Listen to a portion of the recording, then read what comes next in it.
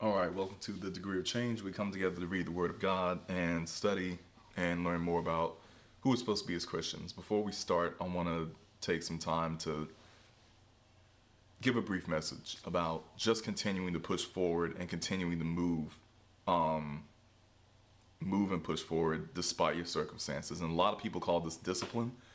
And I can make another video on discipline, but before that, I just want to talk purely about what it means to continue to move forward, because there's often a misconception that God expects us to be perfect. And in reality, He doesn't expect you to be perfect, but He does expect you to continue to move forward and push forward and pursue Him day in and day out, despite your circumstances.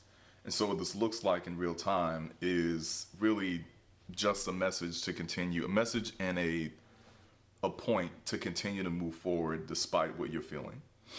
And so, what helps me with that mindset, what frames my mindset with that, is knowing that so long as I'm above ground and so long as I'm above the dirt, I still have a chance.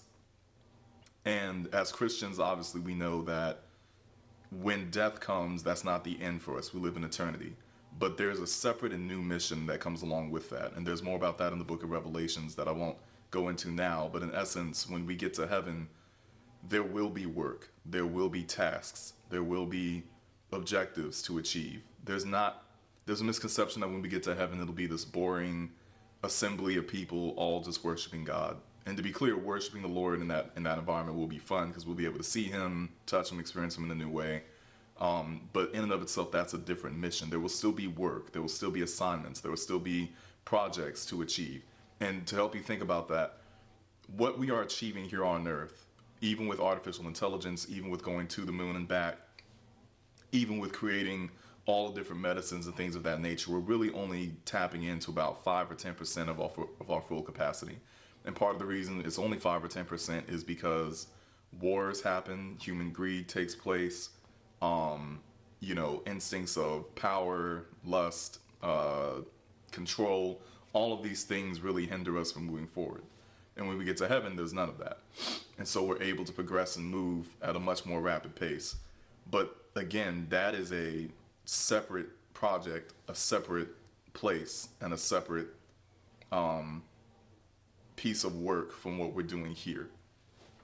When we say, let things be on earth as they are in heaven, that's what we're referring to. That peace and that state of mind where there are no sinful, worldly things to distract us from pushing forward and realizing who God is, and then God in turn allowing us to move forward with more work. But that work is again separate. Here on earth, we're here to make sure that we have others, that we reach others to avoid a place called hell.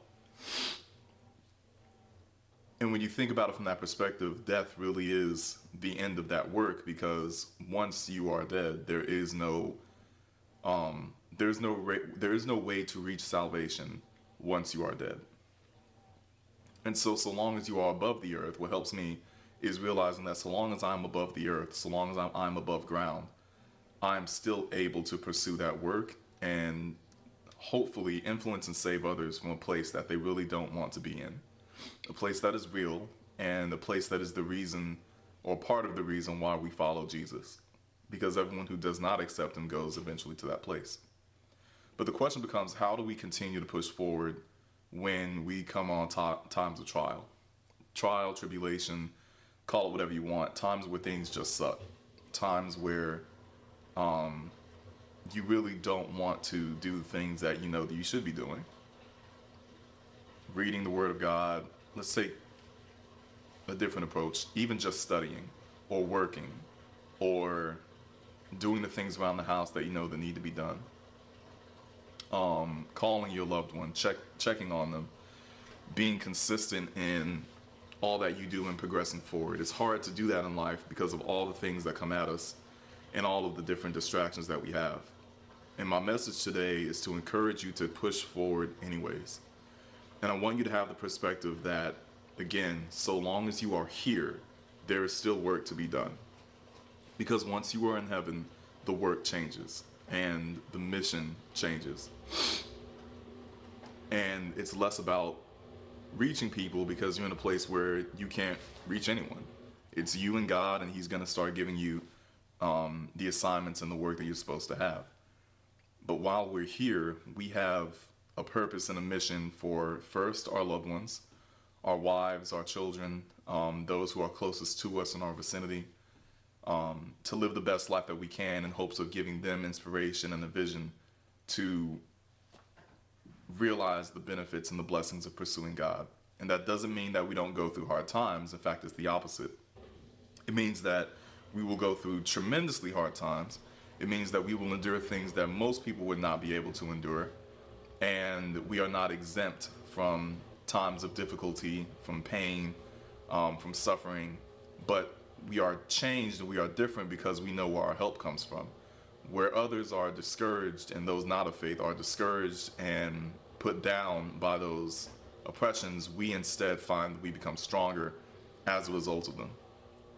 And so the message today, again, is to continue to move forward, because so long as you are alive, so long as you are breathing, so long as you have air to draw in your lungs, you still have a chance at success, a chance at going against your sin, going against your nature, a chance at being better, and making others around you better, so that when you get to heaven, you can be rewarded for the things that you've done, rewarded for the things that you said, rewarded for the people that you've influenced. And more than just a round of applause, it will be a reward that is greater than we can possibly imagine here on earth. But none of that can exist the moment that you pass, because the moment that you pass away, all of that is gone. There is no more opportunity to win, or because you've already won, essentially. But there's no opportunity to grow in that capacity, to reach and save others.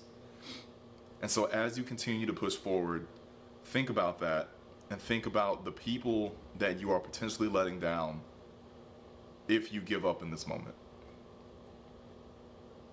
Because there are people that need you. There are people that need your skills, your words, your experience. And it's impossible for them to reach, for you to reach them if you're not continuously moving forward with who God has called you to be. Which doesn't mean that you're perfect, but it means that you're moving forward despite your sin, despite your feelings, despite everything. And you're making a conscious effort and decision to move forward with God. So, I want to encourage all of you in that life will be hard. But despite that, I want you to continue to push forward and move, so that when you get to heaven, there will be an abundance of reward for you for the work that you've done. Acknowledging all the work that you did in the light and all the work that you did in the dark to move forward and change your life and change your family's lives. So, with that being said, if you don't know who I am, my name is Christopher Parks. I'm the leader of this community that I'm trying to make called Degree of Change. We're going to jump into the Word of God. I'm going to go over a few of the talking points, or not talking points, a few of the points of Genesis chapter 6. So, as always, before we get started, there are a few things that you want to keep in mind as you're reading. First and foremost, you want to keep in mind that as we go through these chapters, underline and highlight the things that are most important to you. Number 2, write down the main point of what you're reading in the chapter. Number 3, I want you to keep in mind the different perspectives of the chapter that we're reading. Visualizing or understanding these perspectives helps us to see things differently and gain more from the chapters. So, for example, we can look at things from God's perspective as our creator and, looking at what humans usually do. We can look at things from a king's perspective, the wives' perspectives, the children's perspectives. All of these different perspectives help us gain more information and knowledge from the chapter that we're reading. And finally, there's a section called Real Talk. That's just something that you talk with God about. If you have any questions or concerns, just write those down and allow God to speak to you through that. So, starting in Genesis chapter 6, let's go ahead and start reading. We see in verse 1, when human beings began to increase in number on the earth and daughters were born to them, the sons of God saw that the daughters of humans were beautiful, and they married any of them they chose. Then the Lord said, my spirit will not contend with humans forever, for they are mortal. Their days will be 120 years. The Nephilim, who were on the earth in those days, and also afterward, when the sons of God went to the daughters of humans and had children by them, they were the heroes of old, men of renown. Verse 5. Jeez. The Lord saw how great the wickedness of the human race had become on earth, and that every inclination of the thoughts of the human heart was only evil all the time. The Lord regretted that he had made human beings on the earth, and his heart was deeply troubled. So the Lord said, I will wipe from the face of the earth the human race I have created, and with them the animals, the birds, and the creatures that move along the ground, for I regret that I have made them. But Noah found favor in the eyes of the Lord. Verse 9, this is the account of Noah and his family. Noah was a righteous man, blameless among the people of his time, and he walked faithfully with God. Noah had 3 sons, Shem, Ham, and Japheth. Now the earth was corrupt in God's sight and was full of violence. God saw how corrupt the earth had become, for all the people on the earth had corrupted their ways. So God said to Noah, I'm going to put an end to all people, for the earth is filled with violence because of them. I'm surely going to destroy both them and the earth. So make yourself an ark of cypress wood, make rooms in it, and coat it with pitch inside and out. This is how you are to build it. The ark is to be 300 cubits long, 50 cubits wide, and 30 cubits high. Make a roof for it, leaving below the roof an opening 1 cubit high all around. Put a door on the side of the ark and make it lower, middle, and upper decks. I'm going to bring flood waters on the earth to destroy all life under the heavens. Every creature that has the breath of life in it, everything on earth will perish. But I will establish my covenant with you, and you will enter the ark, you and your sons and your wife and your sons' wives with you. Verse 10.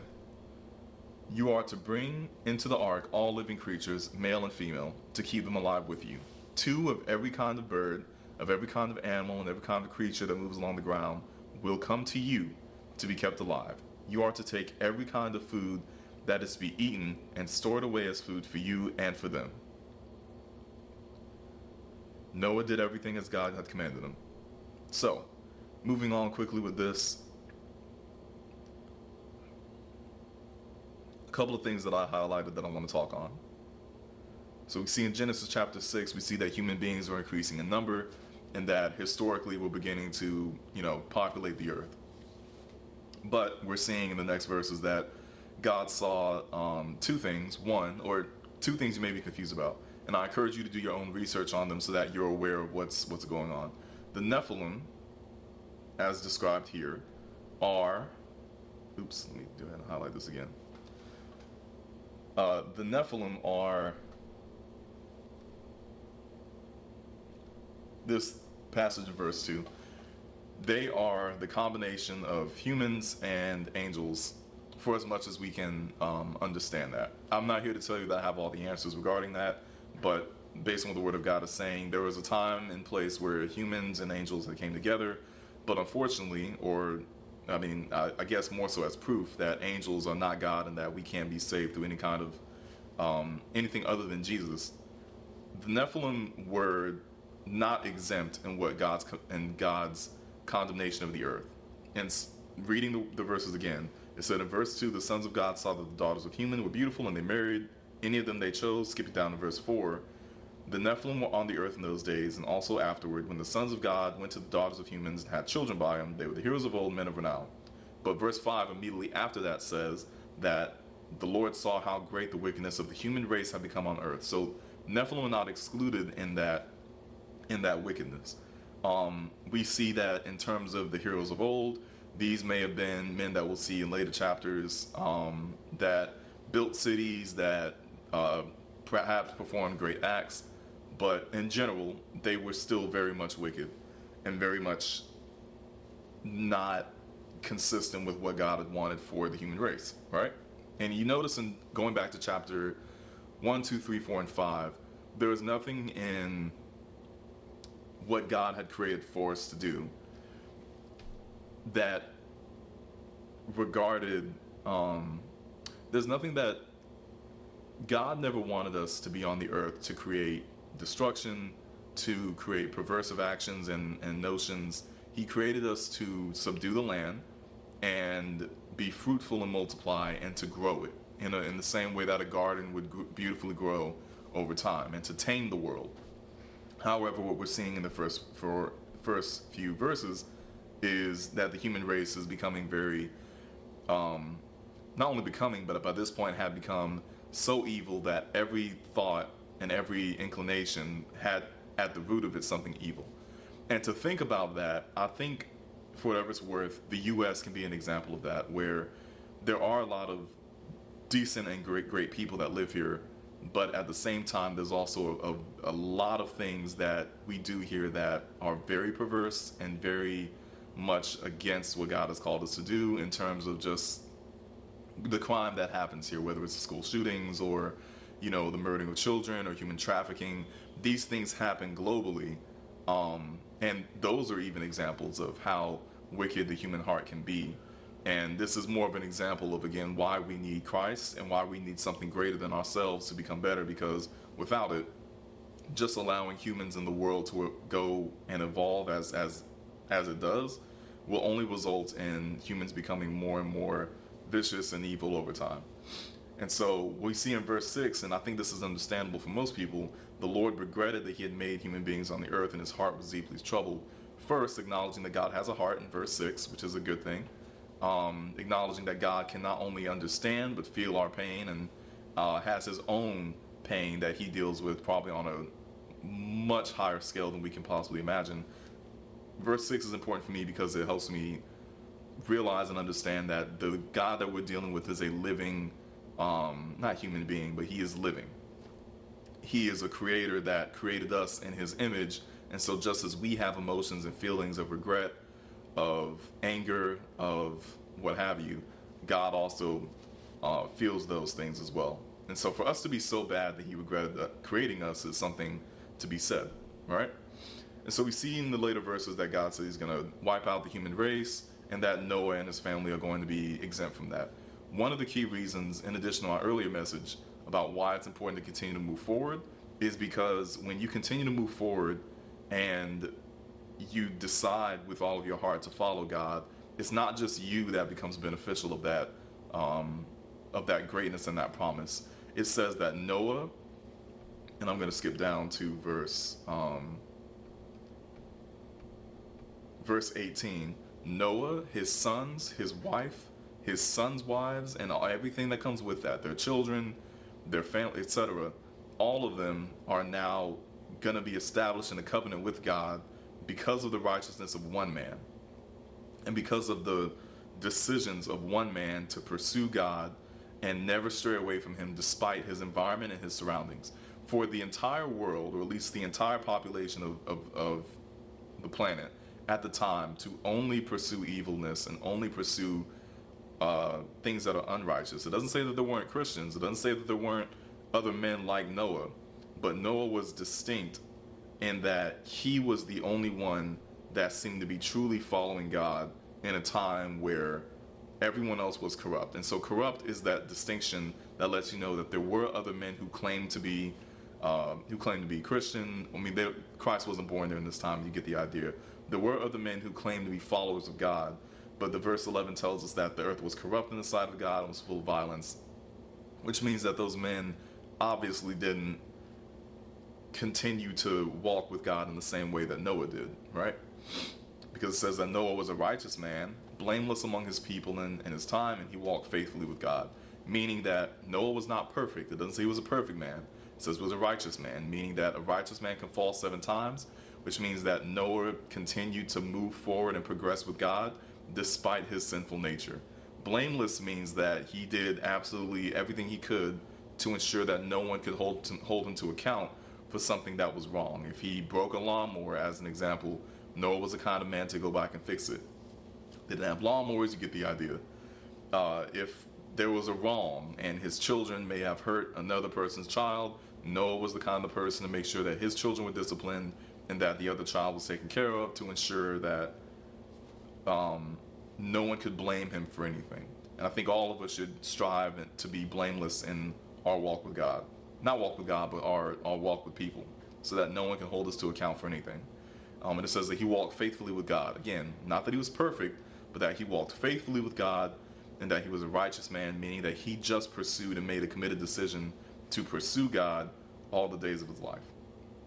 So, I'm going to skip down to verse 15 through 17, because I think I always appreciate the systems that God creates and the specific instructions that he gives us. And so when the Bible tells us that God is a God of clarity, these are some of the examples that he means, of what that means. God is giving Noah specific examples and specific measurements in order to survive the flood. One of the reasons I will continue to say that I love God is because of the way that he provides solutions to problems, the way that he mathematically and scientifically can introduce new concepts to us, because prior to this, even if there were boats, there was nothing that could match the mass and the structure of the ark, of the thing that is being created to hold all creatures of the earth, birds included, lions, bears, tigers, what have you. All of these different creatures, for them to fit under one roof, even for a short period of time, relatively short period of time of 40 days, this structure had to be something that was significant. And this is something that was not created in one day, and it's not something that could have been created without an inspiration from God. Literally the biggest boat, or one of the biggest boats that we've seen in human history, certainly the largest one in the time of Noah. And so I like that, I love that, because it shows not only the greatness of God, but the intuition and the innovation that he gives us as human beings when we decide to follow him. And so there are so many things that go into this, and I'm gonna try to stay on point. But again, focusing on the Word of God, one of the reasons I like following God is because he gives men this structure, if we listen to him on a routine basis, how to solve our problems, how to fix projects, how to think outside the box. All of these things can be attributed to God, and we see that in verses 15 through 18, where he gives Noah the exact measurements of how this ship is going to be built to endure the storm that is going to be coming. And I haven't even mentioned in this verse the fact that he told Noah and no one else that a flood was coming. I think that speaks volumes in and of itself. And so we see in the final verses, the things that I found interesting is that God brought all the creatures to Noah, which was great. I'm assuming that in addition to bringing the animals to Noah, there was also some measure in there to bring every kind of food that was going to be stored. Most of it would be easy to transport just because of seeds. Seeds obviously don't take up as much room as the animals that were on the ship, but there had to be enough of it for the animals to eat to survive before they go back out into the wild. And so I appreciate that scientific structure and the mathematics behind it of creating a structure like that, and I found that to be the most interesting. So these are the verses that I highlighted for myself. The perspectives, there are a couple that I want to talk about. The first one is the perspective between God, which I've talked about at length, but I also want to talk about Noah. For Noah to exist in this time, and for him to walk in righteousness, means that his perspective had to be one of solidarity, essentially, and isolation, because the only way that you can continue to walk with God, if you really think about it, in an environment like this, where everyone around you is doing wrong things and they're sinful, and all of us have sinful nature, but when people continue to pursue it in a way that glorifies themselves and they have no regret about it, and they just continue to move forward, Noah had to be a man not only of great integrity, but a man who was not afraid to isolate himself to ensure that he kept the Word of God. And I think that's an important point, because especially if you're in college, or if you're in an environment where many of these things are happening, where people are exploring and taking chances and doing things that they really shouldn't be doing, it is hard to continue to move forward with God because you have so many other distractions around you. And so I can only imagine that for Noah, he had to be a man that either preferred or found ways to isolate himself away from the noise, the nonsense, and the nature of the people that were around him, which I think is very powerful, because without being able to isolate yourself from those distractions, he would never be able to build the ark. And if you think about it in realistic terms, when you're around people that have a certain proclivity towards certain things, whether that's drugs or alcohol on a regular basis, or sex, or overuse of, pornography or something along those lines, it becomes very difficult to, once you're in it, to isolate yourself away from it, because that culture becomes ingrained in you.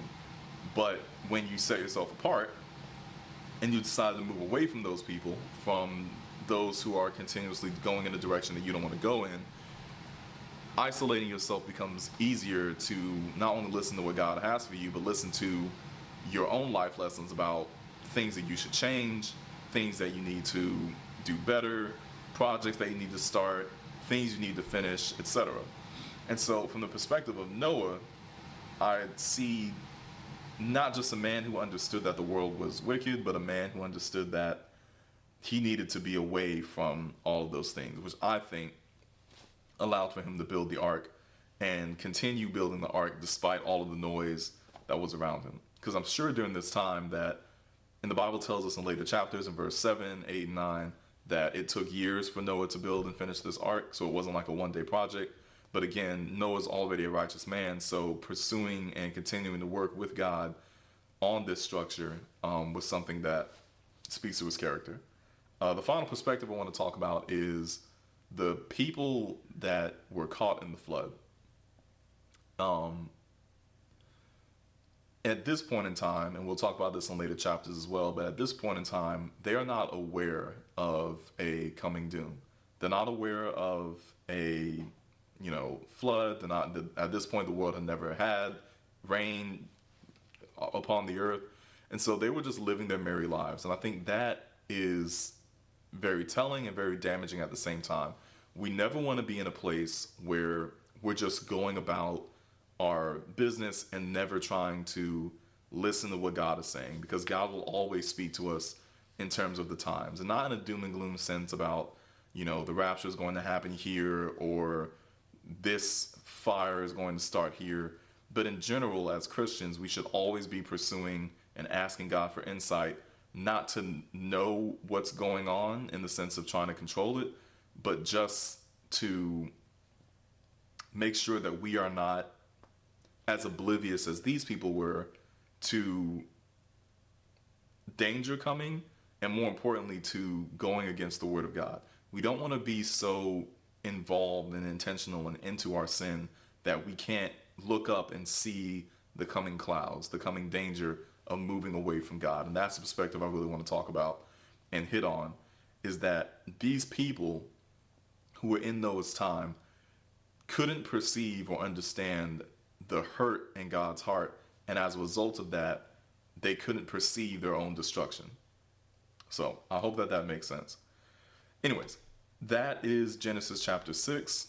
As you go through it, again, please just make sure that you are taking your notes, that you're reading, and that you're studying outside of this, so that way you can continue to grow and become greater with God.